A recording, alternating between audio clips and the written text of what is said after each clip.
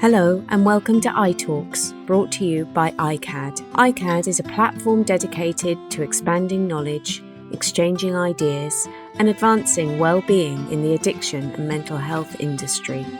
iTalks brings you courageous conversations presented by Sam Quinlan, Sophia Capria, Christoph Sauerwein, and today's host, Minta Jonsson.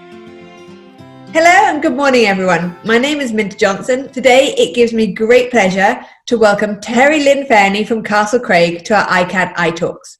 Teri is the Senior Specialist Therapist and also the Coordinator for Castle Craig's Family Recovery Workshop. Teri, thank you so much for being here today. Thank you for having me. When Teri and I got in contact with each other, I sort of asked her to put forward some ideas for a topic that we could discuss for this iCAAD iTalks. And Teri wrote back to me and said that she'd like to talk about the idea that people who live in healthy 12-step recovery are better prepared to face life's challenges, such as the global challenges we are facing with coronavirus today. So Teri, I thought that subject was, absolutely fascinating. And I have to say, I think I agree with you, but I'd like, for the purpose of this talk, obviously, can you elaborate a bit on what you meant by that? Definitely. What I meant by that was that when you're in healthy recovery, step one is about recognizing that life can be unmanageable and that there are things that we are powerless over. And so in terms of addictions recovery, recognizing how your addiction has made your life unmanageable and that you're powerless over your addiction. In terms of global issues that are facing us, being able to recognize the unmanageability that's happened on a global scale and that we are individually powerless over the virus, we can't control it. And we have to kind of accept that this is where we're at. And if you're in healthy recovery, you have a very good grounding in step one. And so being able to acknowledge that this is chaotic and unmanageable at times, that we can accept this is where we are and we can begin to work with things as they are for us each day. I think that's absolutely so true. And I think also being in healthy recovery, you sort of learn every day to sort of sit with yourself and, like you say, accept things the way they are. And I think when you start fighting against government measures such as lockdown or the fact that you might not be working at the moment and all of the other things that are outside of your control, which I think is possibly human nature to do, but in recovery we are taught to do the absolute opposite and just that things aren't no longer things that are in our control, that aren't in our control even, we need to just let go of. Exactly. So in what other ways do you think that people in healthy 12-step recovery have prepared themselves to face something like this, other than just the letting go of control? Or how do you think people who aren't in healthy 12-step recovery, how could they learn from those who are in healthy 12-step recovery, basically? Well, and it's something that you kind of mentioned a moment ago, which is that learning to sit with yourself and learning to take advantage of these moments for self-growth and self-exploration. Self-awareness is a key cornerstone to getting well. And so figuring out how you are feeling and how you are responding is important. The other thing that we do well in recovery is we connect with people. The recovery community did an amazing job of when we weren't able to do face-to-face meetings anymore. Groups began reaching out to each other. They began, doing larger platforms to continue to hold their meetings so that they were still coming together on a regular basis to support each other.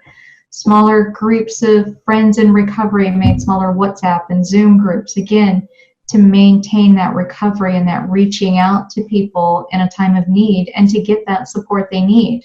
That's the other beautiful thing about recovery is we know how to ask for help when we need it. Yeah, and that's key for everyone. And if that's a big lesson that I think everyone could take away from this in terms of what the recovery community is doing is ask for help. Talk about what's on your mind. Talk about how you're feeling, because that's what we do. That's what we encourage. That's how we get well. And you mentioned sort of recovery communities sort of going digital almost. Is there, at Castle Craig, do you have a sort of a recovery community that has gone digital that you can? Our aftercare group has actually gone digital. So people that have been in treatment here that were physically attending our aftercare program here at the castle have gone digital, and it's actually allowed it to expand so that some of the folks who weren't in the area and able to get to the meetings on campus now actually get to participate and connect with peers that they were in treatment with in a way. So that's been kind of nice to be able to connect and see each other that way.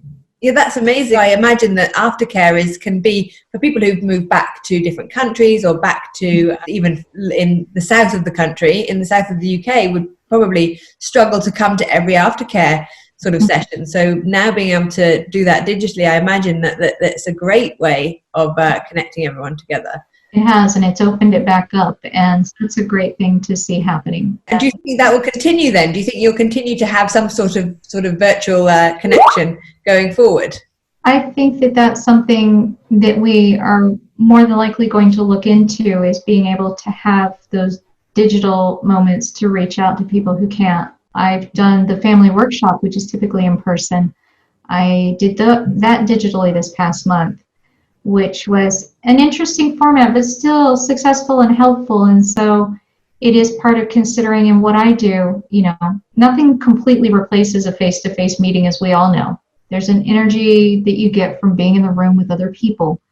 But at the same time, there's a lot to be gained from still feeling that connection and hearing each other's stories and sharing that information. So I may look at expanding the family and maintaining once a month or every other month, having an online one for the families that can't get to us for a full week and for the workshop even. I think that's brilliant. And I think that's one of the really great things. I mean, I know that I'm not saying that this global pandemic is a positive thing, but positive things have come out of it, and I think that in the ways that we are, as you said, like as we started this conversation, which is a healthy 12-step way of life, which those of us in recovery are living. I think other people who aren't living 12-step recovery are starting to experience the benefits of living in a different way, which is the way that many of us in recovery have had to live in order to maintain our recovery, and that is, as we mentioned earlier, sitting with ourselves, the need for connection. I think probably people who aren't in recovery just didn't understand how important that need for connection was in order to maintain just a healthy mental state, really. But now, you see people connecting on Zoom meetings, families joining house parties, my brother lives in Abu Dhabi, and I probably, he's been there for a couple of years, and I maybe spoke to him before the pandemic once a year, and now because of it, I'm in regular contact with him, like on a daily basis. We check in and we speak to each other on Zoom or some form of digital conferencing platform, maybe once every 2 weeks. And that's because of this, what's happened, I think. And I think a lot of people are seeing those changes, and I think it's really fascinating in a way to see that happening. It is. I think it's incredibly fascinating, but I think it is good. I think that it is causing a global shift in some of those things, and a lot of people are realizing what is important to them and what they do value. And that's, that connection, that's making sure that the people you care about know you care. And it's something that we just took for granted before. And as you said, people who weren't dealing with addiction weren't, aware of that. I mean, in recovery, we remember the isolation that our addiction brought us to. So we knew what isolation meant. We knew how it felt. And right now, it's something new for a lot of people. They didn't realize or didn't understand when we would talk about those feelings of isolation or what that meant. Now they're really realizing what that is and what that does to you. And it's one of those things where it's like, yeah, but we also know the answer. Something you just said then really made me think, actually, because as we all know, like a very important part of healing addiction is healing the family system as well. Mm-hmm. And often the difficulty with healing the family system is that members of the family can't necessarily relate, can't understand the emotions and feelings that an addict has been through. And I wonder, and I'm just thinking this now out loud, but I wonder if the isolation, the enforced isolation and certain feelings that are going to be guaranteed to come up for everyone on a global level will help those other members of families who were never able to relate, maybe relate a bit more to the addict and have something more in common. I think it may. I mean, as I said, I've only had the one, and it was more towards the start of the pandemic. But as we talked about those feelings, because part of it is to educate them on what addiction is and what that process is, because what they don't realize is actually the family runs a very parallel process to the addict in their life. And they don't recognize how they've already been slightly isolated. They've been isolated from their loved one in addiction. They begin to isolate from their own friends, out of our own family members' guilt and shame kind of feelings. So they had already started that isolation process in a different way. And of course, as you said, having it brought, so obvious with the pandemic and not actually being able to go out and have that casual social connection, you can't deny what happened, because when you're sitting with yourself, and if you are in those early stages where you're kind of in denial of what's happening, when you're forced to sit with yourself and you're realizing you actually haven't been talking to the people you're struggling to figure out who to reach out to, you become very aware, and this is very much what your loved one with their addiction has been going through. And so, yes, I think it does heighten that awareness. And that was something that was kind of discussed when I had my last meeting with family members. And it does help with it, I think. It does give an understanding on a deeper level. Which I think is another thing that I hadn't actually prior to this conversation. And I'm really, glad that this kind of made me think about that, because I do think even for people who are in maybe longer term recovery as well, that their family members who perhaps they kind of gave up ever hoping that they'd understand or relate, they might be able to have, be able to connect on a slightly different psychological level now with these feelings that they've got in common. I think they will be able to. And I mean, I'm hopeful for that, because that's the biggest thing is we forget that we are social creatures by nature. That's part of being human. And technology for so long had become a barrier for that.